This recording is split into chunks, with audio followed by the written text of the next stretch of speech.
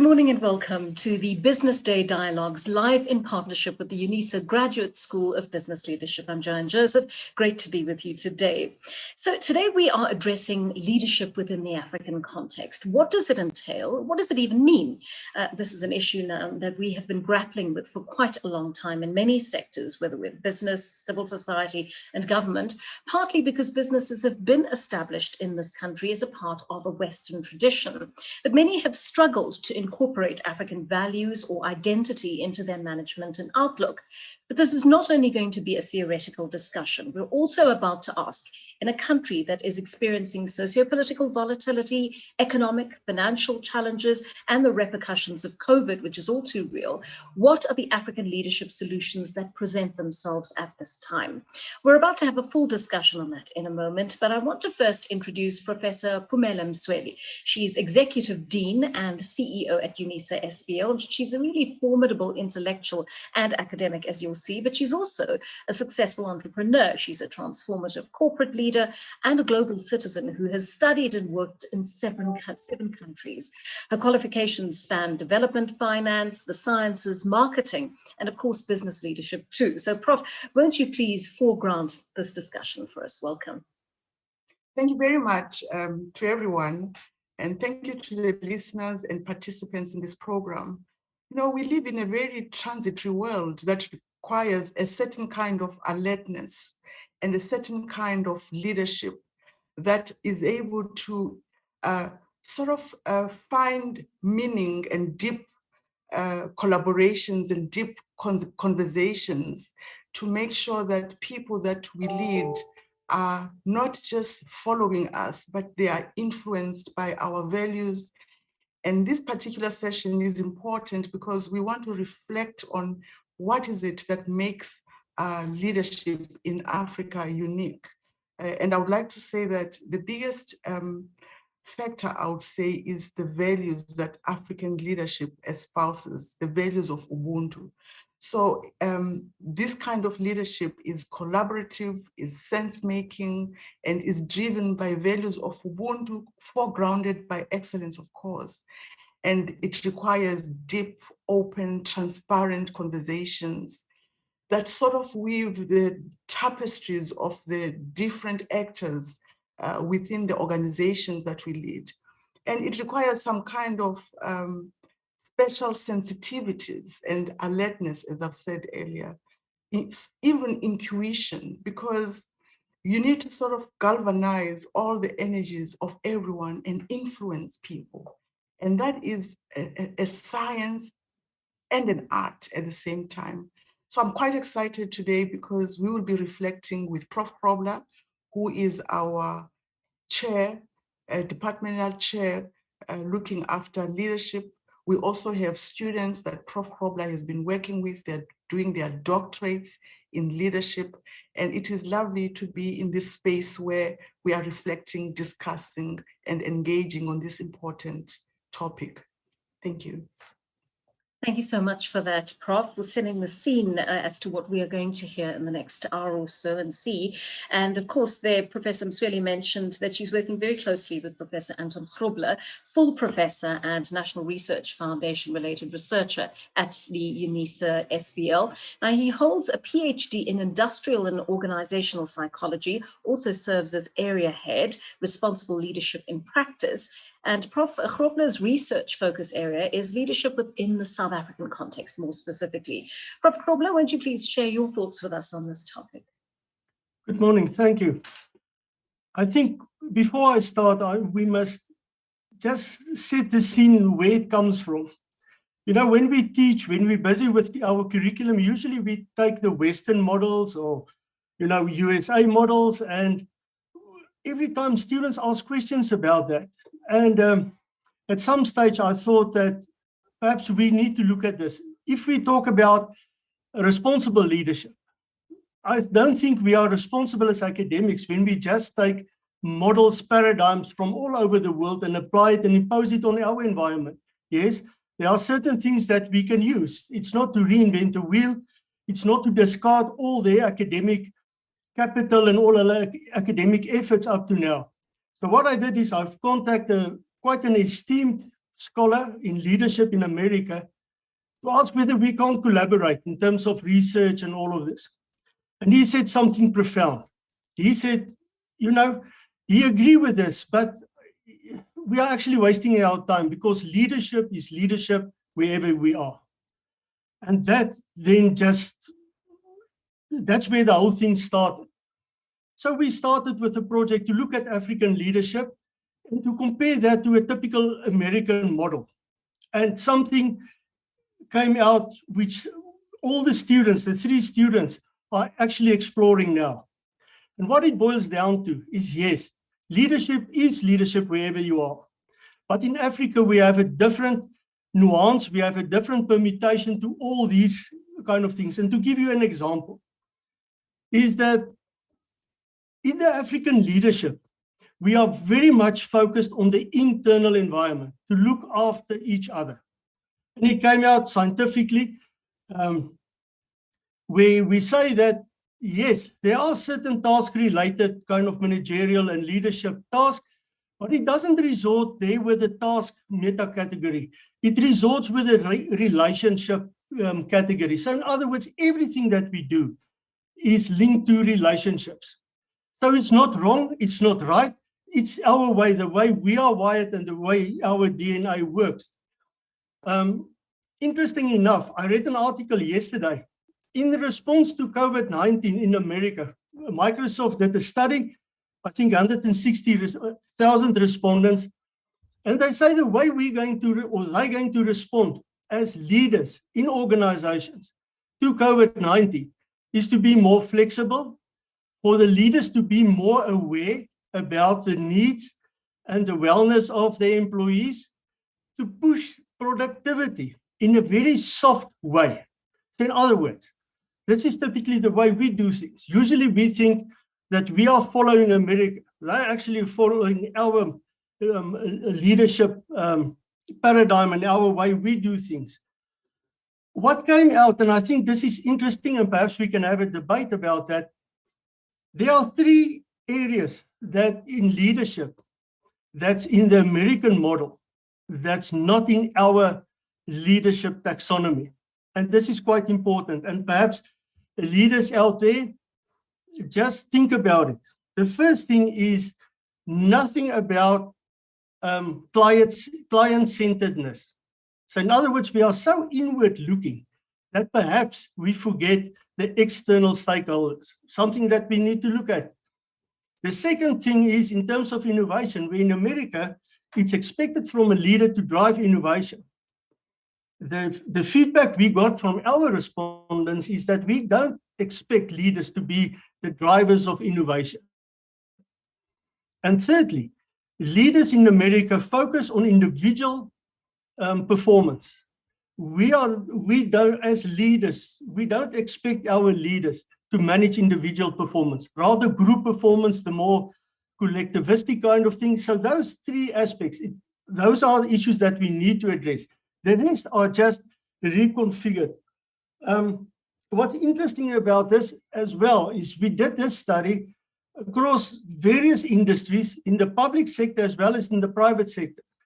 And typically when we have discussions, we say that there is a clear divide between public and private sector, and that's not the case. So what it says is that this is the way we see leaders, this is the typical leadership behavior in Africa, and this is the way we do things. What came out from this study, where we totally differ from America, and we call that an Afrocentric meta-category. Just in short, if you delegate in America, it's all about the task. If you delegate in Africa, it's about the relationship, it's about participation, it's about collaboration. So it's not only about the function of delegation, it's about the relationship as well. And I think if we don't understand this, you're going to struggle in Africa, specifically the Southern Africa. This study was done in Southern African countries. So that's what came out, and this is what triggered this whole thinking of, let's look at leadership now from an ethic approach. And typically we use the American model, we apply it, we see where there were differences, we cut and paste and we change that. The 3 students that's joining us today are looking at certain leadership aspects from an emic approach. So in other words, we don't have a specific model and we work from there. We went in blank and we looked at certain leadership characteristics, attributes from scratch. And one of the students will talk about Ubuntu leadership. One will talk about spiritual leadership. So those are the relational leadership aspects. But at the end, we need to drive business as well. So Eben will discuss then the overall leadership model that he's looking at, which will also entail something about management, something about driving strategy, something about production. It's not only about people, because at the end, it's a business. So we will discuss that, and hopefully we will, at the end, be able to round it off to say, yes, leadership is leadership wherever we are, but we are unique. We don't have to reinvent the wheel, but we are actually unique. Thank you. Beautiful thoughts there, Prof. Thank you so much for that. I think you and Professor Msweli, between yourselves, have foregrounded the topic so beautifully and really framed it to actually get us into the mindset of the kind of discussion we're going to have right now. So I'd like to remind you, if you're watching right now, that there is a chat function that you can make use of. Please, you're welcome to send us a question or a comment there. I particularly want questions for our panel as well, because once we have wrapped up with our panel discussion, I'd like to tackle any of the issues that are still on your mind. And when you ask those questions, it would really help if you could tell us who you would like to answer that question, which panel member you'd like to answer that question for you. So thank you very much. Please do make use of that. So you've met the leadership team, and Prof Grobler has already told you a little bit about our panelists, but I want to give you a little bit more detail on them, because I think you need to know what sort of worlds they straddle as they open up about the projects they've been involved in from a research point of view. Ms. Kerryn Powell is a doctoral student at Unisa SBL. She's also the owner of a consulting and coaching business, Effect Consulting. Kerryn assists her customers, who are usually business owners, to scale their businesses and to achieve business well-being. And she leverages the synergies between building a strong financial backbone, building leadership capability, and promoting team productivity. Mr. Khumbulani Sibanda, who's similarly in the midst of a doctorate, is a chartered accountant and a chartered global management accountant by profession. He's more than 15 years of leadership experience in corporate, mostly responsible for finance and operations, but he's also an executive right now at the Botongo group of companies, a predominantly property development firm. And then yet another doctoral student at Unisa SBL is Mr. Eben Enslin, who's completed his Master of Business Administration in 2007. He did that cum laude, by the way. Eben is a skilled and experienced corporate manager, consultant, trainer, facilitator with a very strong automotive background. He's had his own learning and development company since 2012, developing managers and staff in the automotive industry. So I want to say welcome to the PhD students on this panel today. And I'm just going to start by drilling down to your particular areas of research that you've explored or you've been exploring and continue to explore as you wrap up your PhDs. Kerryn, may I start with you, please, at this point? Just explain to me in layman's terms, first of all, what your research topic deals with as you go about putting it together. Thanks, Joanne. So my research topic and interest came in something that you probably don't know about me, but I've lived in rural areas all my life. So I have seen the community concept of Ubuntu. And the interest came in when I obviously went through my professional career and went into a more corporate space, is that how does this community concept of togetherness and caring translate into the organizational environment? So that was the question that I had in my mind that drives my research. And basically that is what I've done, is that I have investigated. I mean, I've looked at what people say it is, and then I went and I actually engaged with organizational leaders to see what they said it was, and then I've reached an outcome. So I hope that answers your question. Yeah, it does to some extent, Kerryn. I'm just interested to know, we all know that Ubuntu exists, right? We've seen it in our interactions, experienced it in our interactions, particularly with African people. But I think it must be a pretty abstract concept to attack in a research proposal or the actual research dissertation. How do you go about defining that before you even look at its implementation within the organizational context? Okay, so yes, you're right on the money there. It was, I remember when I first started to read about it, there was I found a lot of different perspectives as to what it was in an organizational context. So to answer your question, what I did is that I found that it is most commonly described with that causa proverb, umuntu, ungumuntu, ungubantu, I am because we are. A lot of people actually use that narrative and that framework when they describe it. So that is something that is there's a common agreement with that. But what I did is that I used a structured approach when I researched the information. So I started by finding out what other scholars are saying it is. I mean, we feel it. There's a lot of narratives out there about it, but it's, as you say, it's very hard to touch. So that's what I did. I did a structured literature review or systematic literature review over a 25-year period from 1994, and I looked across 8 databases and searched terms like Ubuntu management, Ubuntu leadership, African management, African leadership, and also Afrocentric. And then you actually, the systematic literature review is a protocol-driven process. So you code everything. And I came up with some amazing results and how it brings everybody's perspectives together. So it was a very, as I say, protocol-driven, robust approach to find out what it was. and then with that background, I went in and I spoke. I did 3 focus groups, and I actually asked organizational leaders how it's actually manifesting in their leadership, organizational leadership context. So give me a sense of this. In South Africa, you're dealing with so many people from different cultural backgrounds, racial backgrounds, and the like.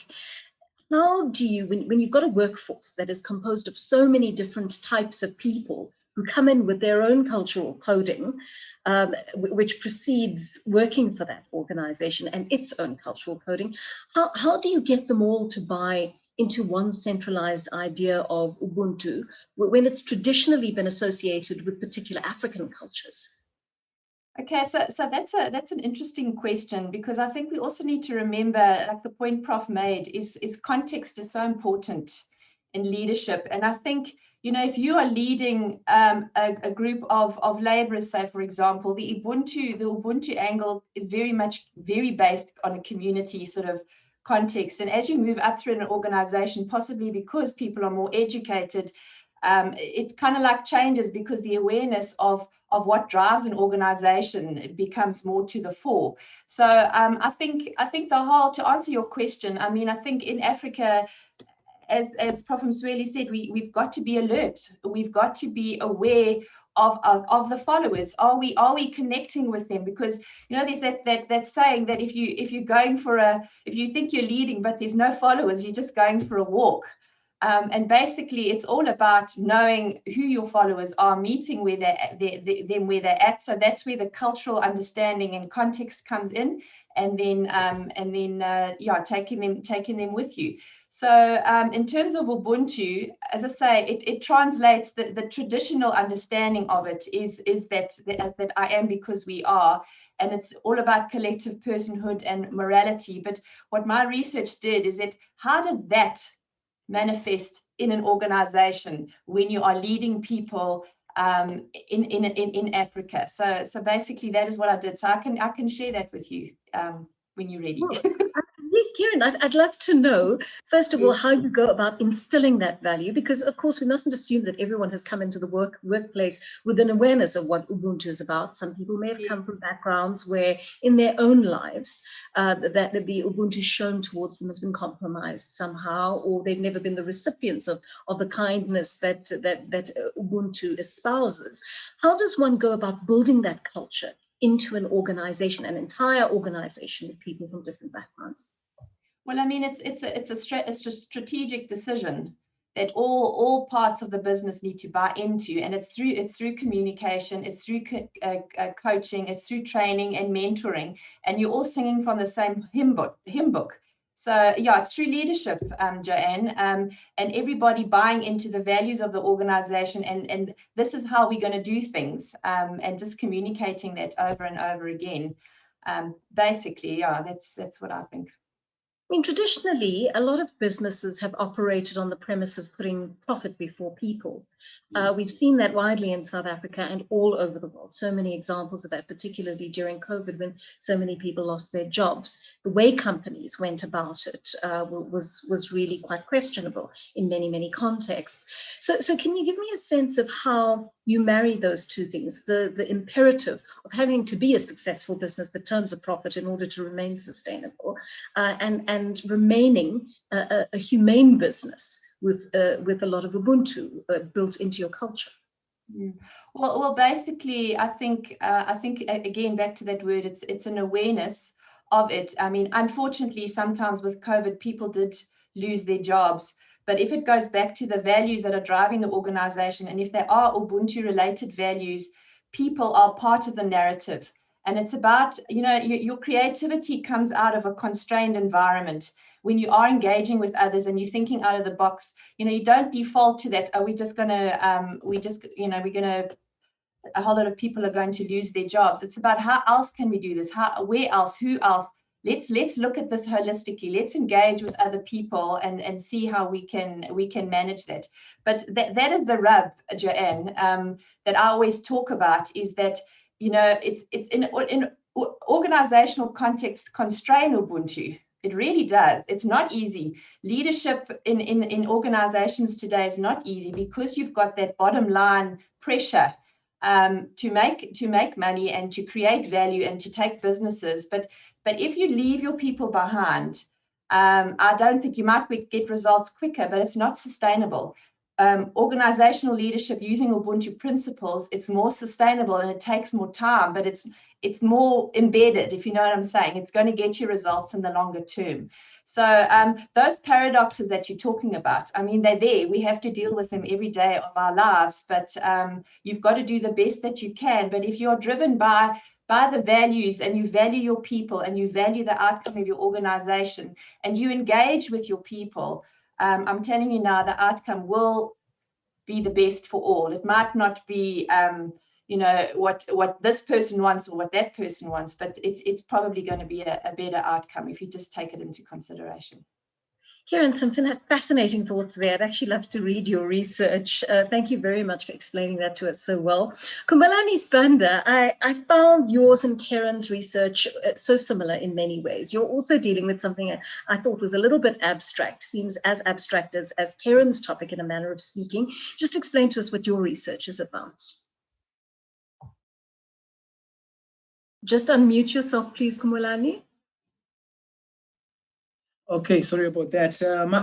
Thanks, Joanne. My research is about spiritual leadership within the ambit of African management philosophies.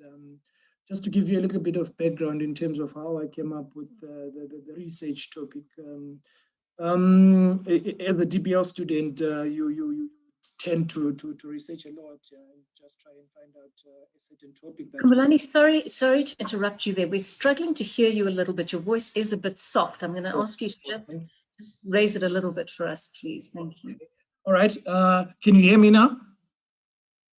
Okay. I was saying, just to give you a little bit of context and background to the research topic, spiritual leadership it's like Prof Grobler has explained. It's an American concept. It's an American concept that was studied in 2003 by a certain scholar there.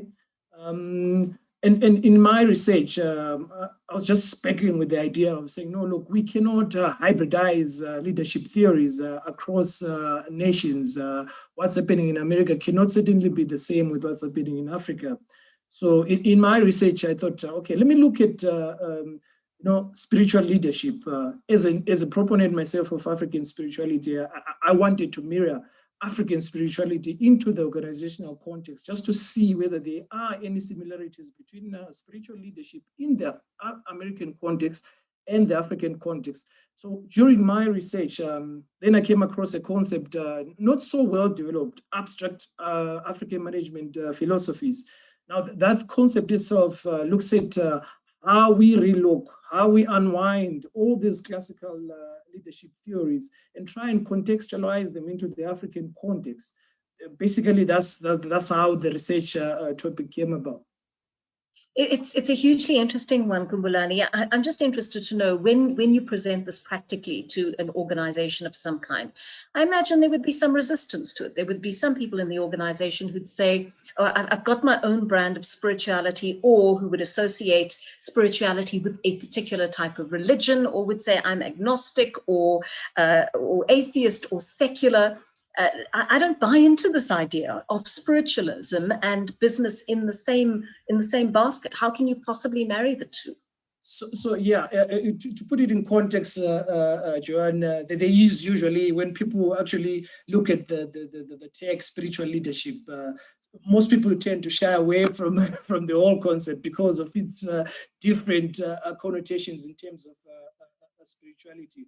But we're looking at the secular type of spiritual leadership, not necessarily related to religion. So we're looking at different values that are spiritual, that we tend to define as spiritual.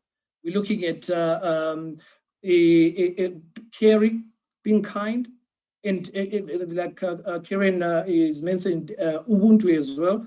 Those values that we term spiritual, those are the values that we take, and then we look at how do those values differ from an African perspective compared to the American perspective. That's how we then translate that into the organizational context within the sub-Saharan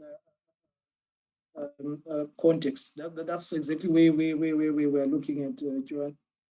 So Khumbulani, just explain to me, I mean, I can imagine that there are some things that can be taught in large groups to organizations, new skills and that kind of thing.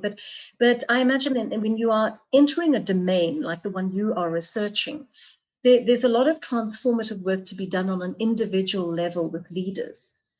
How do you go about equipping leaders to get in touch with their spirituality so that they are able to disseminate this idea and essentially start implementing it in their organizations? So the most important thing, Joanne, that one has to look at, like you mentioned in the beginning, it is an abstract concept, spirituality. For today's leaders to understand exactly work orientations and how employees are supposed to be led, spirituality plays a very important part in an organization. Individual spirituality actually plays a pivotal role in shaping the way and how employees behave, how employees manage their tasks in the workplace. So it's very important as a leader to understand the people that you lead, the context in which these people come from. There's a concept that we call a whole person approach. The whole person approach, if you look at the dynamics of the American context in terms of classical leadership theory itself, it's all about individualism. It's all about profit maximization.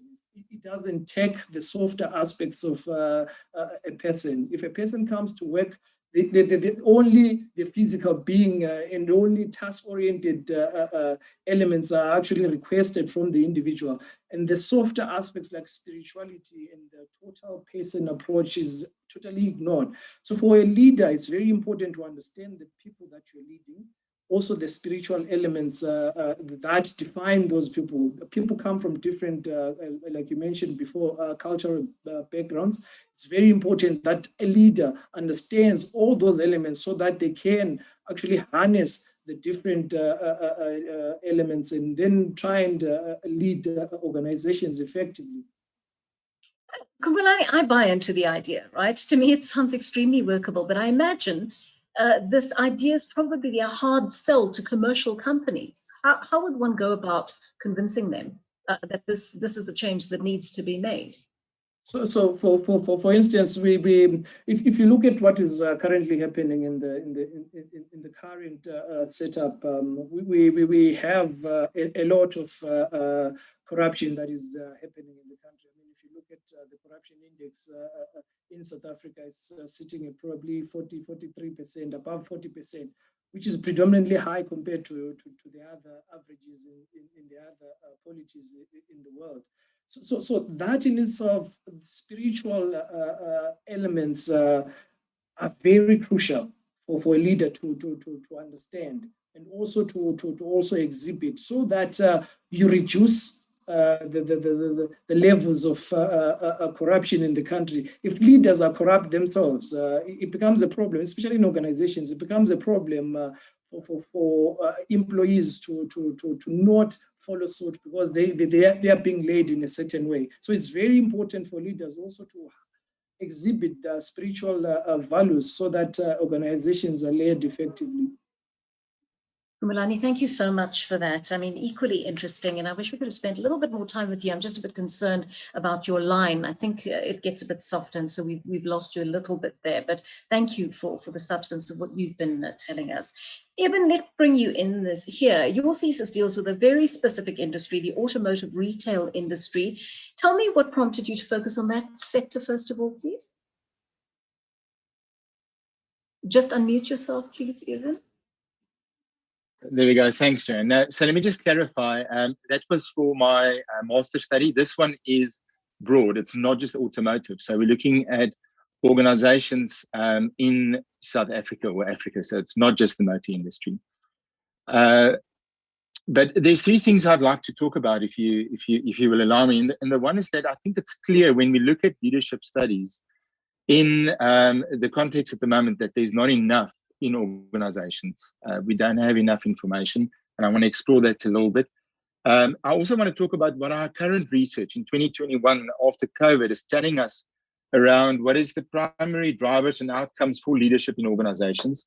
And then I want to lastly just finish off about the fact that as a practitioner, I see a lot of confusion in the business world.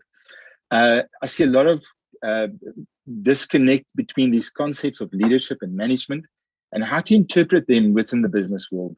I'm the guy that always gets called when we ask change behaviors of our people. And when you walk in classrooms and you speak to people, the leader is almost made as the hero and the manager is the bad guy in many cases. And I think to elaborate on those 3 points and linking it back to Prof Anton, my fascination has been about these leadership behaviors and trying to understand, what behaviors in the organization will bring us closest to the results that we need. Now, of course, there's been lots of studies done around it. And Prof Anton spoke about some seminal work that I think defined 15 very clearly identifiable behaviors, in the United States. We just wanted to know, are they the same here? And at that point, is leadership. So my starting point for this conversation is to say that I'm of the firm belief that this is a moving goalpost, and that, we would be, it would be dangerous of us to assume that leadership looks the same now as what it did 10 years or 15 or 20 years ago, because of all the changes, technology, new generations coming into the workplace. So the starting point of this journey was to ask what research was done in Africa around leadership in organizations. So my study is a mixed method study where we want to develop a taxonomy, a categorization of leadership behaviors, and look and compare and see if that looks any different from what's in the rest of the world. Now, that starting point of the 500 odd articles that I want to talk about, that by itself is fascinating, because if we took 5 of the most important journal companies, and we typed in the keywords Africa and leadership. And maybe for our viewers and listeners, I'm not sure what sort of number you would add in your mind, but if I took for the last 50 years from 1969 to 2019, I'm sure you'd be surprised to realize there was only 515 articles with the words leadership and Africa in the title. But decoding those 500 odd articles became the telling tale here, because only 25% of them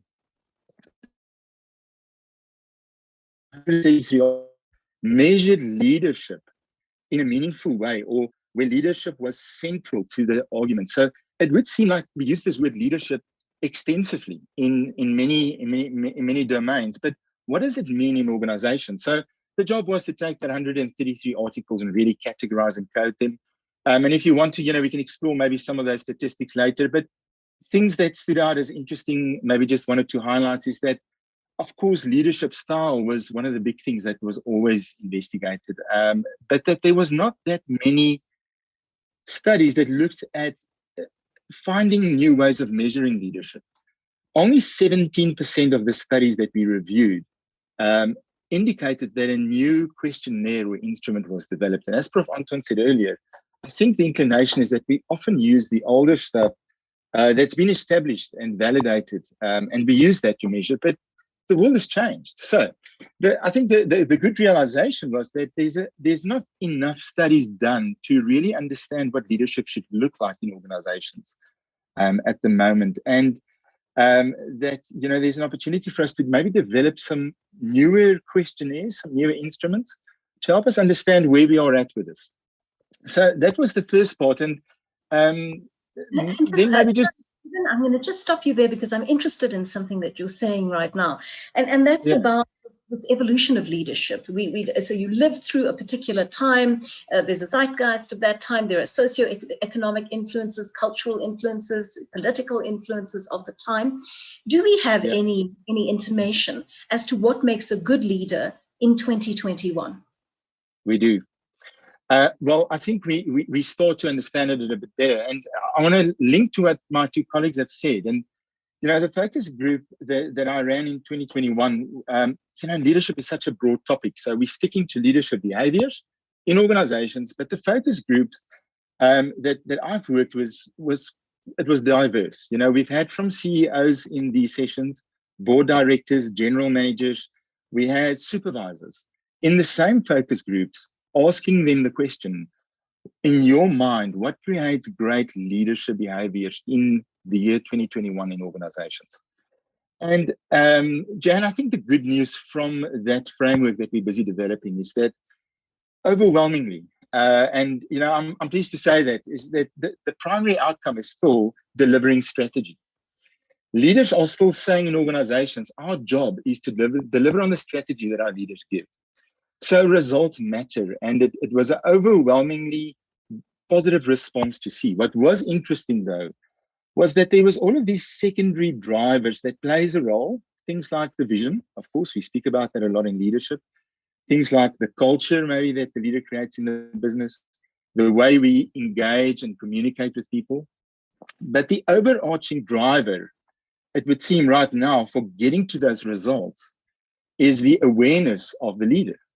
And I use the term awareness quite broadly because it's about the leader being in tune with himself, herself, where the organization is at the moment, what's happening with their people. And that brings back that human element that Khumbulani and Kerryn might have been speaking about, is that, am I as a leader aware enough to know, maybe how I feel about this particular moment and how we are as a company dealing with things? Can I manage that in such a way that my people still find me inspirational and find me as the person that can lead them forward? And then, of course, I think there's an element of that awareness that leads to the awareness of others.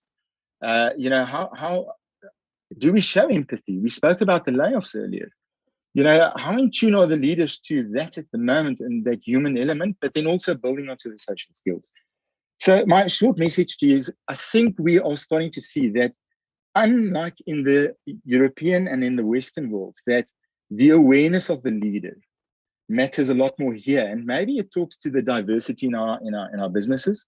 There's so much complexity that our leaders have to deal with. Generations, different demographics, etc., etc.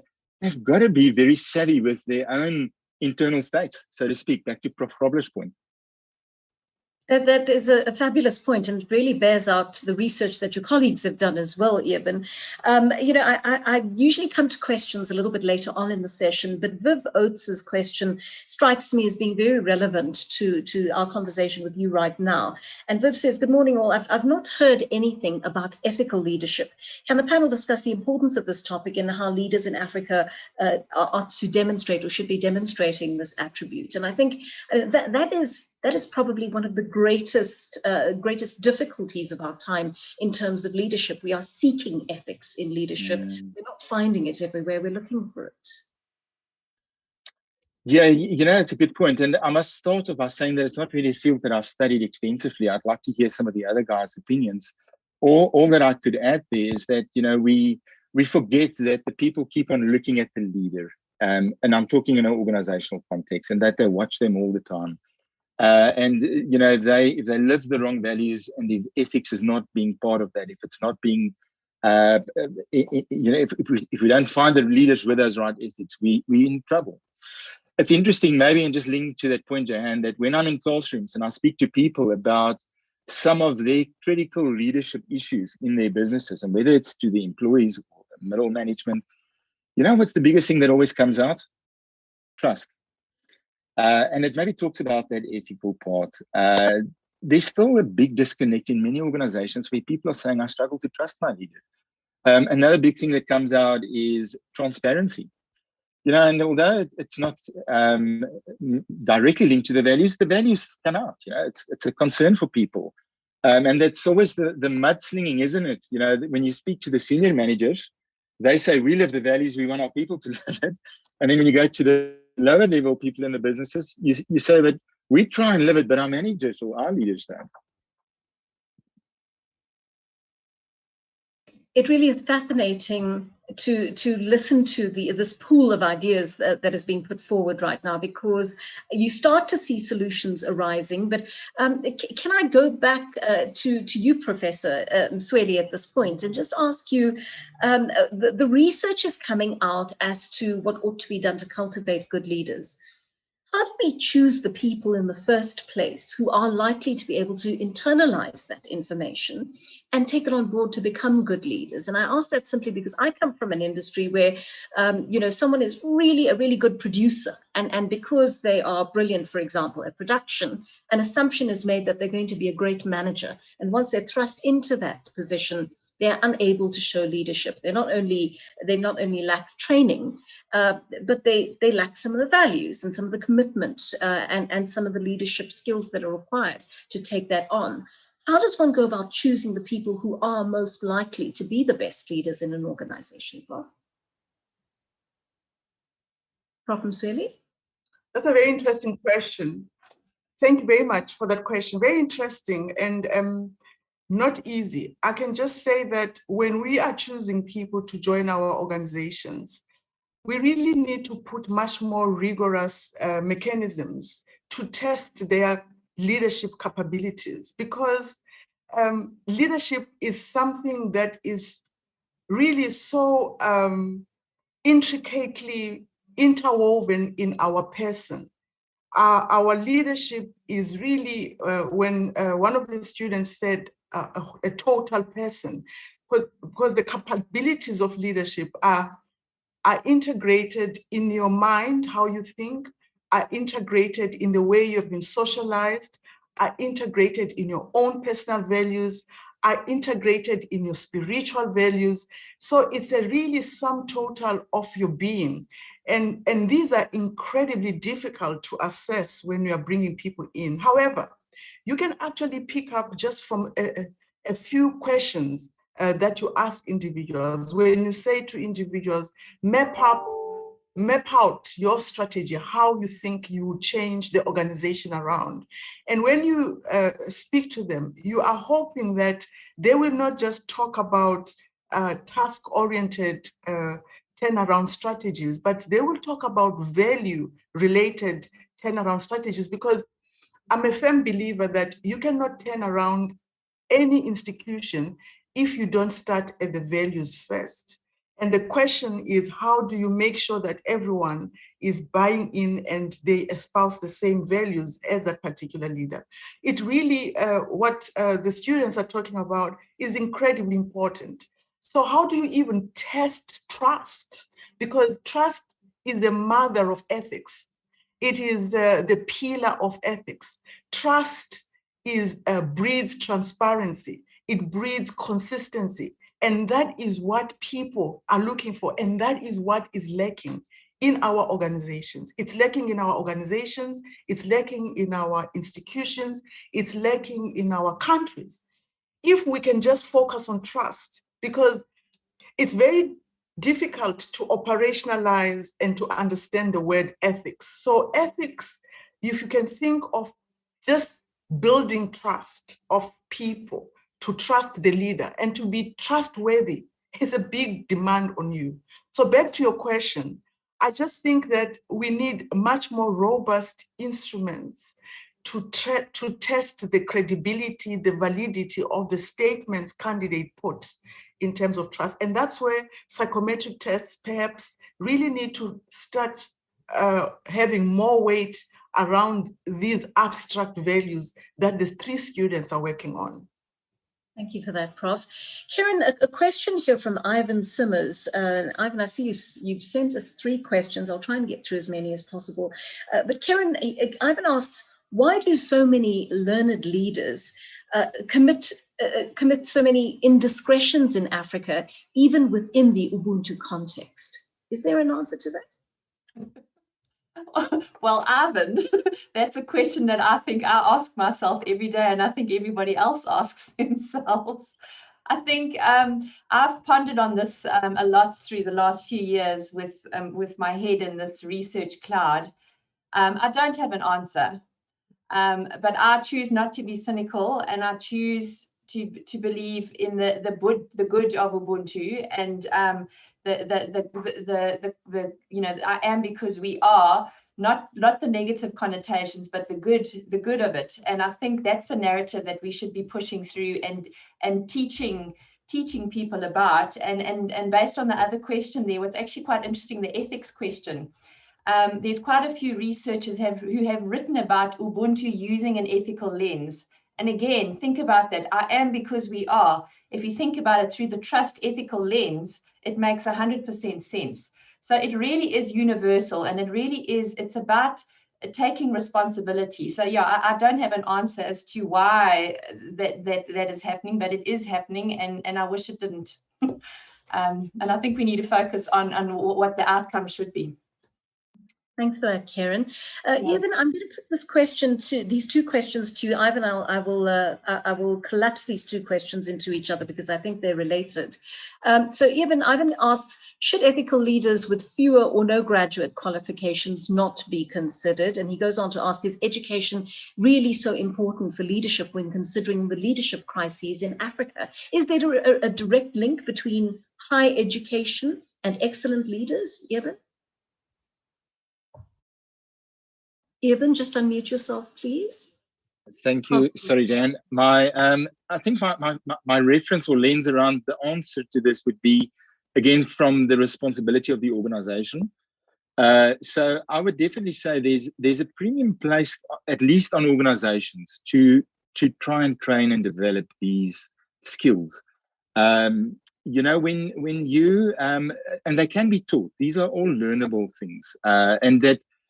I suppose it links to that whole discussion, are leaders born or made? And some people have these qualities and we should just grab them. But, I remember earlier I talked about this confusion that people have around what does leadership mean in organizations and management. And I think we need to educate them, because there's this clear, distinct confusion at the moment that, it's the leader that creates the vision and motivate and trust and innovate in the business, where the management is the tick boxer and the process driver. The short-term results and follow the rules. And I think we are saying they need to be both, and these things can be taught. So when we see the right candidate, I think we need to develop it. What is the right candidate? Well, I think ethics plays a big role in that. We need to look at people that resonates with the values of the organization and of society at large. But and I hope I'm addressing the question correctly for him, is that I think these things can definitely be taught. But my limited exposure to this is that when you go into a classroom, you see a lot of knowledge, but the skills in how to implement these things lack. When you speak to managers about, for instance, their biggest challenges, they'll tell you things like conflict. Conflict management is an issue. How do we do that? And I think anyone can learn how to do that with the right training interventions. So Khumbulani, let me bring you in here, and if you could just expand on what Eben has just said. I mean, you often get people saying in an organization, well, this guy has a master's degree in engineering, so he's going to be the perfect candidate to run our engineering firm. But is the kind of leadership education we are offering candidates inadequate in terms of what is required for the holistic education that is required for them to become good leaders of organizations? I think it's certainly a very important point, Joanne. We like Eben said, from my own personal experience, having been a leader in certain organizations throughout my career, there is a dichotomy that exists in terms of certain values that certain leaders exhibit, and also the way how they carry themselves out. I mean, like Eben said, the maxim leaders are born and they're not made. I certainly think there is a route in which we can train leaders in certain aspects in order to make sure that they become effective in what they do. Certain values, of course, they cannot be taught, but there's certain things that we can harness in terms of leadership development in order to make sure that leaders become as effective as we want them to be. Thank you, Khumbulani. A question from John Davies for Professor Trobler. He says, good morning. Can the Ubuntu concept be incorporated in the triple bottom line goals of many companies, Prof? Yes, definitely. Good question. We can't divorce this more relational leader kind of constructs from organizational performance. And often we want to do that. As Eben said, we want to divorce management from leadership. We want to divorce task orientation and person orientation. These things you can't divorce. And it's important that you know how to do things, because if you do it right, you will at least be successful and sustainable as an organization. And Kerryn focused on sustainability in terms of this. The question in terms of ethics as well, which is a big problem for organizational performance, the whole thing of image. And what's interesting, once again, you can't divorce being ethical and being a good leader. Being ethical and being a good ubuntu kind of leader or spiritual leader. And we've actually proven that through statistics. And that's a very simple thing to do, but underlying, there's a big component of ethics that's underlying the whole notion of Ubuntu. We are testing it with Khumbulani's spiritual leadership as well. So we are so focused on ethical leadership and the corruption and everything. We must just clear this. When we speak about leadership here, we talk about organizational leadership. Not political leadership, not cultural leadership, not religious leadership, it's organizational leadership. And if we look at leadership here, it's the collective of the organization. So you get your rotten apples, and we know about them. They are reported on a daily basis in the news. Generally, if you look at our results, people regard their leaders to be ethical. And now people can say, yeah, it's just a perception. But remember, from our stance, is the perception is actually the reality of the people. And they will model their behavior based on that. So all in all, please, we can't divorce these three broad way of thinking of the students from general organizational performance. It's part of the bigger package. I'll pause it. Thank you. Thank you, Prof. Prof Msweli, this was a question that was originally intended for Professor Anton, but I'd be keen to hear your take on this. It's from Mamatiliso, who says, how do you ensure that the findings of the research are used to improve leadership in South Africa and ensure that the findings reach these targeted groups? I think that is such an important question because it talks to the research that is so often done at tertiary institutions that never actually filters its way down to the ground where it's most needed. Such an important question, especially to me, because, you know, our institutions use taxpayers' monies, and the real purpose of research is to change the trajectory of the society. So in our careers, one of the most important pillars of academia is community engagement. And now we're talking about engaged scholarship, where teaching, learning, and research must really translate to community outcomes and community growth. So one of the things we are doing is doing this webinar. And what we are also doing as a business school is that we have launched a business leadership clinic where we are taking communities, they are entrepreneurs and small businesses, and put them in this particular vehicle so that we translate our knowledge into their performance so that they are really participating in economic recovery effectively. So one of our key responsibilities is to go to communities, because for as long as we don't do that, what we are doing is really of no value. And that is why we go to conferences, that is why we share our results.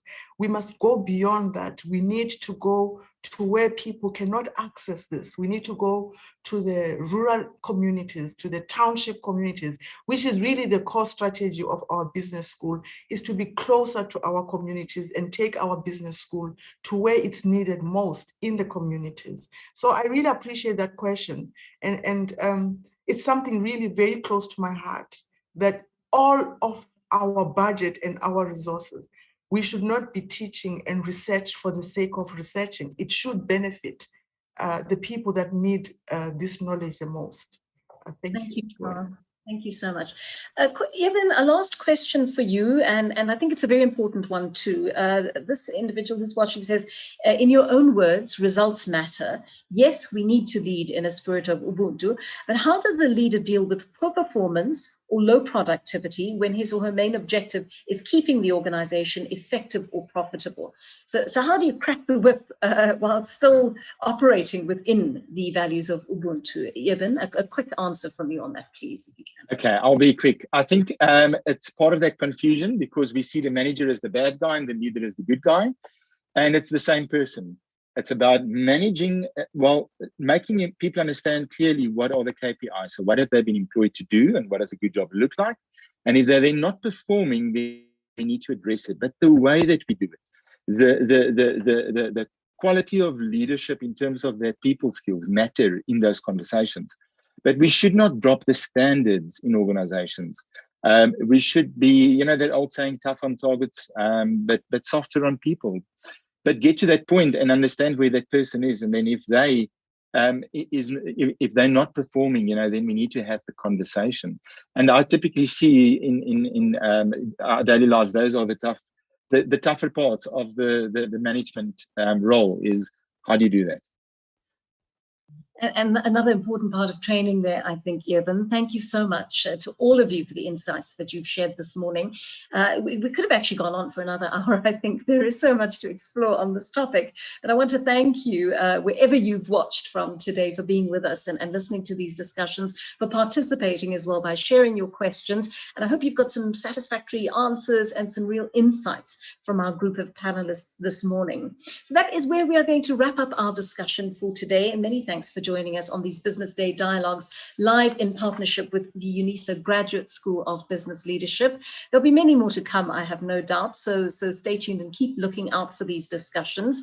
As I said, thank you to our panelists for their participation, especially our doctoral students, Eben, Kerryn, and Khumbulani. I can't wait the next time I interview you to address you as doctor alongside your professors, so that will be something to look forward to. And I really hope that you've enjoyed speaking to us today and sharing your research with us.